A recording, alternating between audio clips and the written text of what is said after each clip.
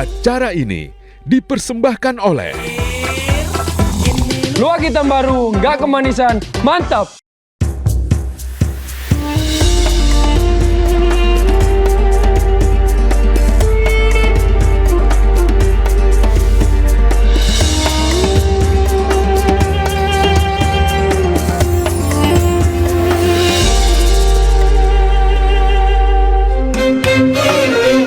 Dalam surat Al-Hasyr ayat 18, Allah memberi satu perintah yang sangat tenang tapi berat. Allah berfirman, "Wahai orang-orang yang beriman, perhatikanlah apa yang telah kamu persiapkan untuk hari esok." Ayat ini bukan bicara tentang rencana tahun depan, tapi tentang bekal kita ketika berdiri di hadapan Allah. Sepanjang 2025, kita sibuk mengejar banyak hal, target, karir, pengakuan, dan angka. Tapi jarang bertanya, apa yang benar-benar Allah catat? Gunung saja hancur karena takut kepada Allah. Lalu kenapa hati kita terasa biasa saja saat membaca ayatnya? Allah Maha mengetahui yang tersembunyi, tapi Dia juga Maha Pengasih. Selama napas masih ada, hari akhir belum datang. Tidak ada yang tahu hari esok, tapi hari ini masih di tangan kita. Jangan tunggu ajal untuk menyesal. Pulanglah sebelum waktu kita habis.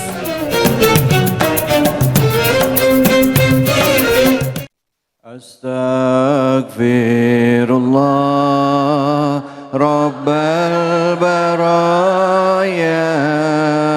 Astaghfirullah minal khataya. Astaghfirullah Rabbal baraya.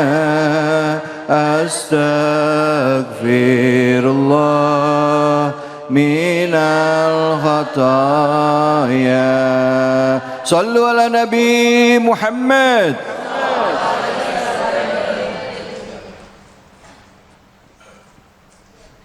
Bismillahirrahmanirrahim. Assalamualaikum warahmatullahi wabarakatuh. Waalaikumsalam warahmatullahi wabarakatuh. Alhamdulillah wassalatu wassalamu ala Rasulillah wa ala alihi wa sahbihi wa mawala. Ashhadu an la ilaha illallah wahdahu la syarika lah wa asyhadu anna Muhammadan abduhu wa rasuluh. Allahumma salli ala sayyidina Muhammad wa ala alihi wa sahbihi ajma'in wa ba'du. Bu, Masya Allah, cerah ceria, luar biasa. Perpaduan antara warna yang cerah dengan senyum yang indah menjadi cantik jelita. Amin ya rabbal alamin. Bapak-bapak sehat? Semangat. Tadi datang ke sini jam berapa? Subuh. Masya Allah, luar biasa. Udah ngopi belum, Pak?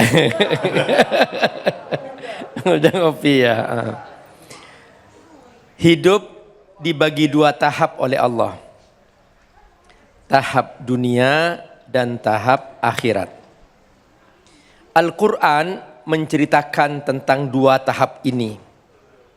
Bahwa kita pasti di dunia ini akan berakhir. Tidak ada bedanya mau kaya mau miskin.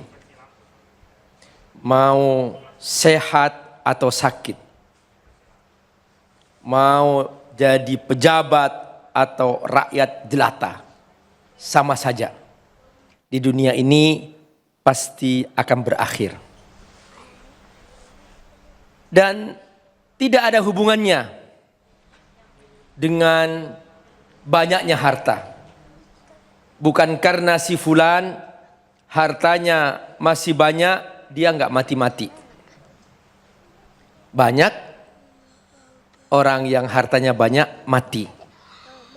Bukan karena si fulan masih segar, usianya masih muda, sehat, dia enggak mati. Banyak anak muda, segar, sehat, dia mati lebih dahulu. Dan banyak orang sakit di rumah sakit, dokternya sampai capek, enggak mati-mati. Kata dokter, kapan nih nenek ini mati? Ternyata belum mati juga. Artinya apa?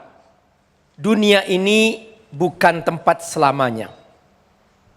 Dunia ini pasti akan ditinggalkan. Karenanya orang mati disebut meninggalkan dunia. Meninggal dunia. Artinya semua yang dia miliki di dunia, harta, jabatan, kemewahan, rumah, kendaraan, semua itu ditinggalkan. Siapa yang meninggal di dunia? Dia membawa kekayaannya ke dalam kubur? Tidak ada. Nah, itulah proses transisi perpindahan dari dunia ke alam akhirat. Dalam Al-Quran Allah menyebut istilah dunia ini sebagai proses persinggahan. Dari kata dana yadnu, artinya dekat. Ada sebuah pepatah mengatakan, intadnu minni tadnu minka mawaddati wa intan a'anni talqani ankana iya. Kalau engkau mendekat kepadaku, cintaku akan dekat kepadamu. Tapi kalau kamu menjauh dariku, cintaku juga akan jauh darimu. Kata dana artinya mendekat. Dunia, sementara. Nah, apa yang kita kerjakan di dunia ini? Ya, kita bersiap-siap untuk alam akhirat. Alam akhirat disebut oleh Allah dengan istilah ghad, besok, hari esok. Hidup ini hanya antara tiga. Hari kemarin, hari ini, hari esok. Yang hari ini tidak ada, mungkin hari kemarin sudah meninggal dunia. Betul? Betul. Yang sudah meninggal hari ini, berarti hari esok dia tidak akan kebagian. Betul? Nah, apa yang kita siapkan hari ini, itulah yang akan kita bawa untuk hari esok. Dan hidup adalah perpindahan. Dari bulan ke bulan. Dari tahun ke tahun. Baru hari kemarin kita masih di tahun berapa, Bu? 2025. Dan sekarang 2026. Apa yang akan kita kerjakan untuk hari esok? Apakah kehidupan di dunia ini bisa mengantarkan kita kepada kebahagiaan abadi di akhirat atau tidak? Sesedih-sedihnya di dunia, itu pasti akan berakhir. Betul? Senikmat-nikmatnya di dunia, itu pasti akan berakhir. Apakah mau ditukar kenikmatan dunia ini dengan penderitaan di akhirat selamanya? Banyak orang rela berbuat dolim, menyakiti orang lain, menggosip, membunuh, korupsi, mencuri, sogok menyogok. Disangkanya semua itu akan membuat dia abadi. Ternyata mati juga. Nah, orang seperti ini rugi. Dia telah menukar, hanya merebut kesenangan dunia yang sementara ini dengan penderitaan selamanya di neraka. Atau, Bu, pilih yang kedua. Di dunia sabar mentaati Allah. Sabar makan yang halal sekalipun sedikit. Sabar baca Quran, sabar dzikir, sabar salat tahajud. Tapi di akhirat Allah ganti dengan surga, kesenangan abadi. Mana yang ibu pilih? Yang pertama, senang-senang dulu, menderita selamanya di neraka, atau sabar dulu tapi senang selamanya di surga? Betul. Yang kedua. Nah, ternyata Bu, ini yang Allah ajarkan dalam surah Al-Hasyr ayat 18. A'udzubillahi minasyaitonirrajim. Bismillahirrahmanirrahim. Ya ayyuhalladzina amanu, wahai yang beriman. Perhatikan, yang Allah panggil orang beriman. Untuk apa Allah manggil? Ittaqullah, bertakwalah kepada Allah. Lalu Allah ingin mengajarkan bahwa takwa itu bukan hanya urusan ibadah ritual. Takwa itu bukan hanya baca Quran. Takwa itu bukan hanya sholat. Takwa itu bukan hanya puasa. Takwa itu bukan hanya zikir. Takwa itu bukan hanya di masjid. Tapi juga takwa itu wawasan sejarah, wawasan kehidupan, wawasan keilmuan. Bahwa kamu harus berperan di muka bumi. Caranya bagaimana? Wal tanzur nafsum ma qaddamat liwat. Kamu hendaklah evaluasi diri. Tahun kemarin ngapain? Sering terlambat sholat Pak Ustadz. Nah, tahun sekarang jangan terlambat lagi. Tahun kemarin ngapain? Wah, sering gibah Pak Ustadz. Sekarang jangan gibah lagi. Tahun kemarin ngapain? Sering korupsi Pak Ustadz. Sekarang jangan korupsi lagi. Tahun kemarin ngapain? Sering merusak hutan Pak Ustadz. Sekarang ayo berlomba-lomba bangun, tanamkan pohon-pohon di hutan-hutan. Itu namanya wal tandur nafsun. Lihat yang masa lalu, maqaddamat. Maqaddamat artinya yang sudah kamu lakukan masa lalu itu. Ligot untuk masa depan. Yang ini semua untuk kemaslahatan manusia di muka bumi. Lalu kata Allah apa? Wattaqullah. Buktikan bahwa ini takwa. Diulang 2 kali oleh Allah untuk menunjukkan bahwa tidak ada sekecil apapun yang manusia kerjakan di muka bumi kecuali untuk persiapan akhirat. Innallaha khabirum bima ta'malun. Sekecil apapun akan dihisap oleh Allah Subhanahu wa taala. Lalu Allah menegaskan bahwa orang yang suka berbuat dosa dan dia lupa memperbaiki, itulah orang yang lupa Allah. Wala takunu kalladzina nasullah. Janganlah kau berbuat seperti orang yang lupa Allah, lupa syariat Allah, lupa ajaran Allah. Kata Allah haram, dikerjakan. Kata Allah, perhatikan, kata Allah haram, dikerjakan. Kata Allah kerjakan, malah gak dikerjakan. Ini namanya orang yang lupa ajaran Allah. Wala takunu kalladzina nasullah. Akhirnya apa? Fa'ansahum anfusahum. Akhirnya dia lupa dirinya. Dia lupa merusak dirinya. Dia lupa merusak bangsanya. Dia lupa merusak negaranya. Dia lupa merusak alamnya. Dia lupa merusak lingkungannya. Yang akibatnya ternyata apa? Fa'ansahum anfusahum. Akhirnya terkenalah sebuah bencana karena perbuatannya sendiri. Itulah yang kata Allah, ulaika humul fasiqun.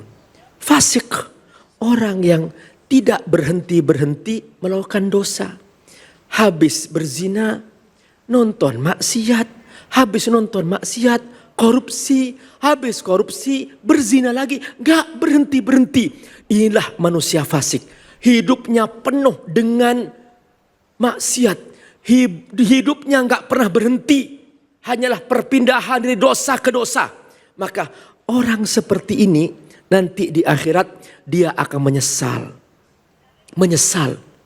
Masuk neraka, Allah langsung katakan, isbiru awla tasbiru sawaun alaikum innama tujzauna ma kuntum ta'malun. Silahkan kau sabar di neraka atau kamu enggak sabar, itulah buah amal kamu. Jadi sabar ada 2 Bu.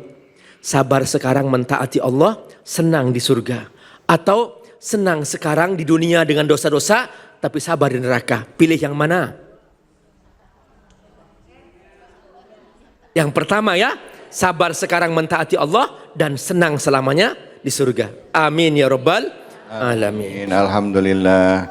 A'udzubillahi minasyaitonirrajim. Bismillahirrahmanirrahim. Assalamualaikum warahmatullahi wabarakatuh. Waalaikumsalam. Alhamdulillahirabbil alamin. Puja dan puji kita panjatkan atas kehadirat Allah Subhanahu wa taala. Tidak lupa kita berikan salawat dan salam kita kepada junjungan kita manusia yang mulia Nabi besar Muhammad sallallahu alaihi wasallam beserta keluarga, sahabat dan umatnya yang setia hingga akhir zaman. Ibu, Bu, sehat? Alhamdulillah. Pak, bengong aja. Sehat? Alhamdulillah. Baik, alhamdulillah tadi kita sudah mendengarkan kajian dari guru kita, Abi Amir Faisal yang tadi sudah membahas mengenai surah Al-Hasr ayat 18. Nanti kita bahas sampai ayat 24. Surah Al-Hasr ini dari awal sampai akhir ini sebenarnya bercerita, ini mengisahkan tentang kejadian yang dialami oleh Bani Nadir. Orang Yahudi ya, itu peperangan ya, Nabi Muhammad SAW memerangi Bani Nadir ya. Apa yang terjadi di situ akhirnya juga membahas tentang orang-orang muhajirin, orang-orang ansar, ya, orang-orang munafik. Yang di akhir ayat tadi 18 itu bicara mengenai kita manusia untuk melakukan introspeksi diri, ya. Karena kisah-kisah tadi yang disebutkan itu bisa jadi melekat juga di diri kita. Apalagi sekarang ini kan kita masuk awal tahun ya Bu ya. Bu, tahun berapa sekarang? 2026. Cicilan udah lunas belum? Oke, siapa yang mau nanya dulu? Angkat tangannya yang nanya. Baik, Masya Allah. Baik, silakan Ibu. Namanya siapa? Pertanyaannya apa? Sambil diri Bu ya. Boleh, bismillah. Ya, langsung Bu. Ya. Assalamualaikum warahmatullahi wabarakatuh. Waalaikumsalam warahmatullahi wabarakatuh. Nama saya Ida Suryanti dari Masjid Taklim Baitul Muminin. Saya izin bertanya Pak Ustadz. Ustadz, bagaimana cara mengevaluasi diri secara jujur ketika hidup terlihat baik-baik saja, tetapi kosong di sisi Allah? Oh ya, baik. Mohon petunjuk Pak Ustadz. Assalamualaikum warahmatullahi wabarakatuh. Waalaikumsalam. Ibu namanya Ibu siapa? Waalaikumsalam. Ida Suryanti. Ibu? Ida Suryanti. Ibu Sida, silakan. Masya Allah.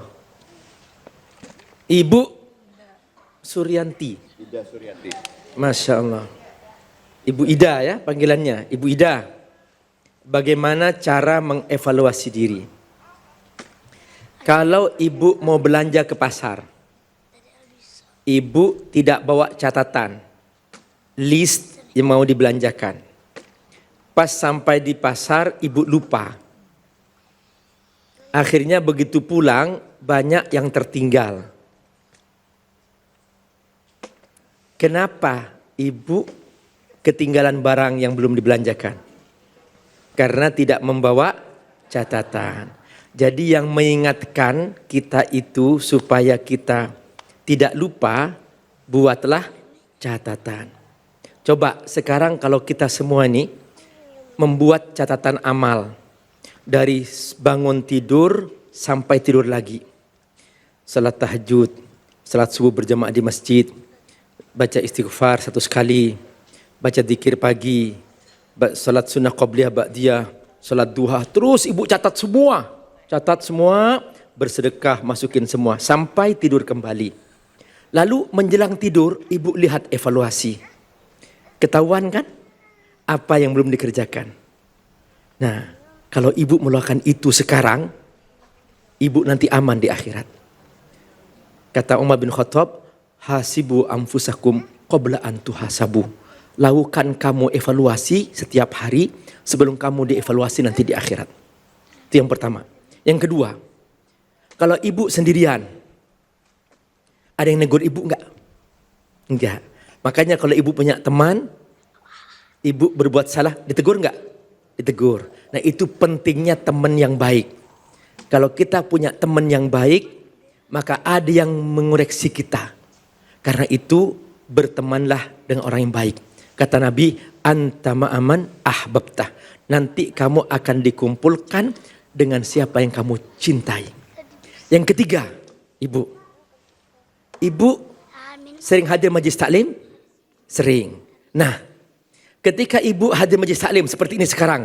Nah, ibu hadir alhamdulillah di Cahayati Indonesia. Nah, ibu ngaji kan? Nah, ibu merasa dapat wawasan enggak? Dapat ilmu enggak? Ibu pulang merasa tercerahkan enggak? Nah, itu caranya. Cara mengoreksi diri yang paling baik, hadirlah ke majelis taklim. Orang yang enggak pernah hadir majelis taklim tidak merasa tertegur dan tidak merasa tercerahkan. Ada seorang ibu-ibu tanya, Pak Ustadz, suamiku enggak pernah sholat ke masjid. Pak Ustadz bisa nggak ngasih nasihat? Kemana dia ngaji? Nggak pernah ngaji Pak Ustadz. Sulit Pak Ustadz menegurnya karena dia tidak mau ngaji. Itulah 3 hal bu, ya, buat list amal soleh. Yang kedua apa? Cari teman yang soleha. Yang ketiga, majelis taklim. Semoga Allah berkahi. Masya Allah, amin Bu. Pak. Insya Allah orang-orang sini orang-orang soleh-soleha semua, amin. Semoga kalau meninggalnya wafat masuk surga, amin. Diwafatkan dalam keadaan husnul khatimah, amin ya robbal alamin. Jangan mana-mana, kita akan lanjut lagi. Tetap di sini di Cahaya Hati Indonesia.